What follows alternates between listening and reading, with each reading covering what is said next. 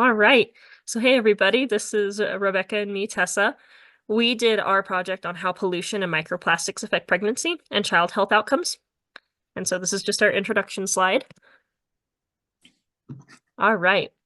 And so this one talks about microplastics and how do they get into humans. So they're around 5 millimeters in size. They can be a little bigger or smaller, but it's believed that people ingest microplastics from seafood and fish. However, it's also been found in tap water, bottled water, and other beverages. And some people even think that it's in the air that we breathe. So what issues can microplastics cause regarding health? Many microplastics are called endocrine disruptors. They can cause cancer, reproductive system disorders, respiratory and cardiovascular diseases and disorders. They actually travel through the bloodstream and will accumulate in the tissues. This actually includes male sperm, which can be ejected into a person through when they're having intimacy. And so microplastics in women and people with a uterus. So in 2021, microplastics were first discovered in the placenta. It was found in all portions of the placenta, including the maternal, fetal, and amnicordial membranes. They also can enter the reproductive system through the bloodstream from your respiratory system as well. Hence why people are thinking that we can get it into our air. And so how they affect childhood development. So they kind of get into like stuff during like pregnancy and early stages of life. And it causes really big changes in the digestive, reproductive, central nervous system, immune system, and circulatory systems. And this happens from like development in the womb. And it can also affect placental cellular regulatory processes like immunity mechanisms, growth factors, unusual chemokine receptor activities that control the mother-fetal connection, and natural killer cells, T cells, and other immune cells throughout normal pregnancy. And so when we're looking at like how microplastics affect BIPOC people in communities, they've noticed that plastic pollutions disproportionately affect communities of color. And this becomes specifically true if the community is near a plastic waste site. These issues are enhanced by Western civilization and their use of third world resources regarding cheap labor and pollution creation. So like in a lot of these other third world countries, we're just kind of taking over their resources and exploiting them in certain ways, and it causes their pollution and microplastics to be much worse. And microplastics lead to climate change and the inability of people to consume marine life, which is a primary food source for most of the world. And so we wanted to talk about like what environmental justice looks like regarding this topic. So governments expanding their monitoring of plastic waste would be one. Further studies on its health impacts, invest in its management, increase enforcement of bans on single-use plastics, embolden affected communities to act by ensuring access to effective judicial system that'll kind of protect them from corporations, and follows environmental justice principles such as free, informed consent and the right of access to information on like how corporations and how these systems are hurting their people. And so, yeah, that's pretty much what it looks like. And a lot of these, the article that was written here was specifically talking about those areas like in third world countries where Western civilization is exploiting them, and like how to, challenge that and be aware and informed of what's going on. Awesome. So for my portion, I'll be talking about pollution. And so to define pollution is the air pollution is a mix of hazardous substances from both human and natural sources.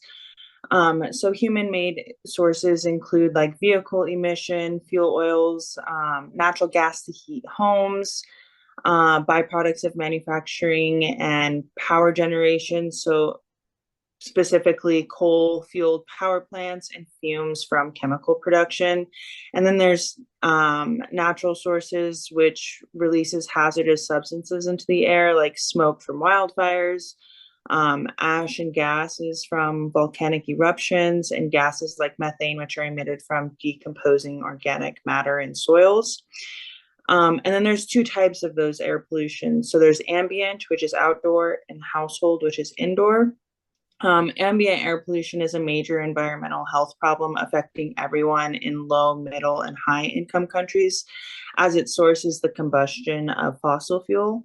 And then there's household air pollution, which is mainly caused by the use of solid fuels like wood, crop waste, charcoal, coal, and kerosene in open fires and inefficient stoves. And so most of these people who are affected by the household air pollution commonly are poor and live in low and middle income countries, which we'll get into a little bit later. So the World Health Organization data shows that almost all of the global population, 99%, breathe air that exceeds the World Health Organization guideline limits and contains high levels of pollutants. And around 2.6 billion people are exposed to dangerous levels of household air pollution from using polluting open fires or simple stoves, like I said, for cooking fueled by kerosene. And so air pollution in all forms is responsible for more than 6.5 million deaths each year globally, and that number is continually increasing. And then I just thought this was really interesting that pollution in China can change weather patterns in the United States. It takes 5 days for the jet stream to carry heavy air pollution from China to the US, where it stops clouds from producing rain and snow. So, what health issues does pollution cause? So, the short-term exposure can create reduced lung function, asthma, cardiac problems, ER visits, and even hospital admissions. And then the long-term exposure, the first and foremost being cancer. A large study of more than 57,000 women found living near major roadways can actually increase a woman's risk for breast cancer. Occupational exposure to benzene, which is an industrial chemical and component of gas, can cause leukemia and is associated with non-Hodgkin's lymphoma. And then there was a long-term study from 2000 to 2016, which found an association between lung cancer and increased reliance on coal for energy generation. Um, and then there was a national data set of older adults where researchers found that 10-year-long exposures to pollution increased the risks of colorectal and prostate cancers.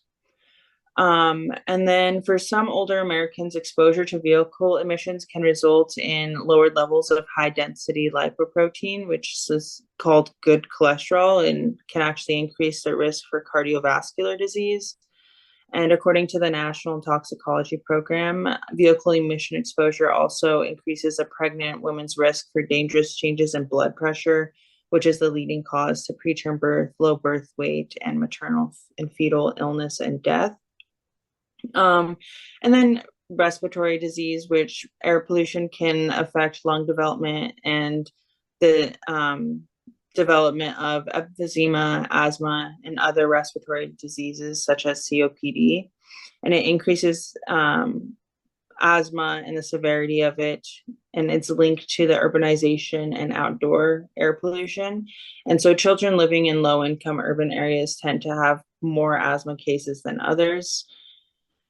And then other long-term exposure can cause diabetes, obesity, and reproductive, neurological, and system disorders.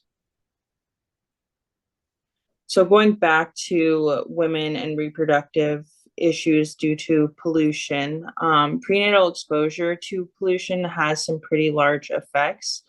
Some of those being within the brain. So a study that looked at more than 1 million birth records found that prenatal exposure was associated with an increased risk of cerebral palsy. And prenatal exposure was also, to air pollution also may play into the role of ADHD related behavior problems in childhood. It causes low birth weight. And then women exposed to high levels of fine particulate matter during pregnancy, especially in the third trimester, actually might have up to twice the risk of having a child with autism. And then another large study of more than 300,000 women found that long-term exposure to air pollution during and after pregnancy increases the risk for postpartum depression. It air pollution also affects the menstrual cycle, um, through negatively affecting the length of women's luteal phase. Okay, go ahead. Sorry. So how does pollution affect childhood development? So there are more than 5 million deaths of children under 5 years old, and 27% of those deaths are due to environmental factors, including pollution. It also affects lower respiratory infections. So higher air pollution levels increase short-term respiratory infections, which in turn leads to more school absences and affecting development. And then outdoor sports, which I thought was a really interesting perspective, that children who play several outdoor sports and live in high ozone communities are more likely to develop asthma. And the children living near busy roads have an also increased risk of developing asthma. Um, it also can alter the size of children's developing brains. So breathing pollutants may alter the sizes of the child's developing brain, which may ultimately increase the risk for cognitive and emotional problems later in adolescence. So there has been research that shows racial and ethnic minorities and lower income groups in the US are at higher risk of premature death from exposure to air pollution than other population and income groups. So within racial disparities, minority communities have 8 times higher of pediatric asthma and 1.3 times higher risk of dying prematurely from pollution exposure. And on average, people of color in the US are also exposed to a 38% higher level of nitrogen dioxide compared to the white majority. And so poor air quality can affect the quality of life, health, and longevity. And then there's the socioeconomic disparities. They found that incomes over 70,000 actually experience less pollution than people who have an annual income less than that. Um, and 9 out of 10 people who live in urban areas are affected more, with low and middle income countries suffering from the highest exposures. So, what does environmental justice look like in regards to air pollution? I think the biggest and foremost to address the injustices regarding the BIPOC communities in socio-urban areas is improving the urban design with guardians and trees along streets and outdoors where air pollution is often more experienced. Creating better accessibility for bicycling or walking paths, land use of buffers and vegetation barriers, and implementing standard high efficiently particulate air filtration or HEPA in those communities and making it, like I said, more just like a standard. So yeah, I think that wraps up our presentation. All right, and here are some of our references. Let's try to move our tiles so you can see them better. There we go. And the art references for the art that we used. So yeah, thank you guys for watching. All right, bye, Rebecca. Okay. Okay, sorry. I feel like I was a little bit less of myself in this one. I know, for some reason, usually when it comes time and I'm like, wait, what was I saying? I kept losing track of what I was saying. And I kept moving slides on you, so I'm sorry about that. Oh, no, it's fine. Okay, I guess I'll see how long it is. Do you think it was about 15 minutes? Or do you feel like it was shorter? I think maybe it was around, I don't know, Yeah. Okay, well, I'll maybe let like you around know. Are you 10. what time are you available today, like if we have to re-record?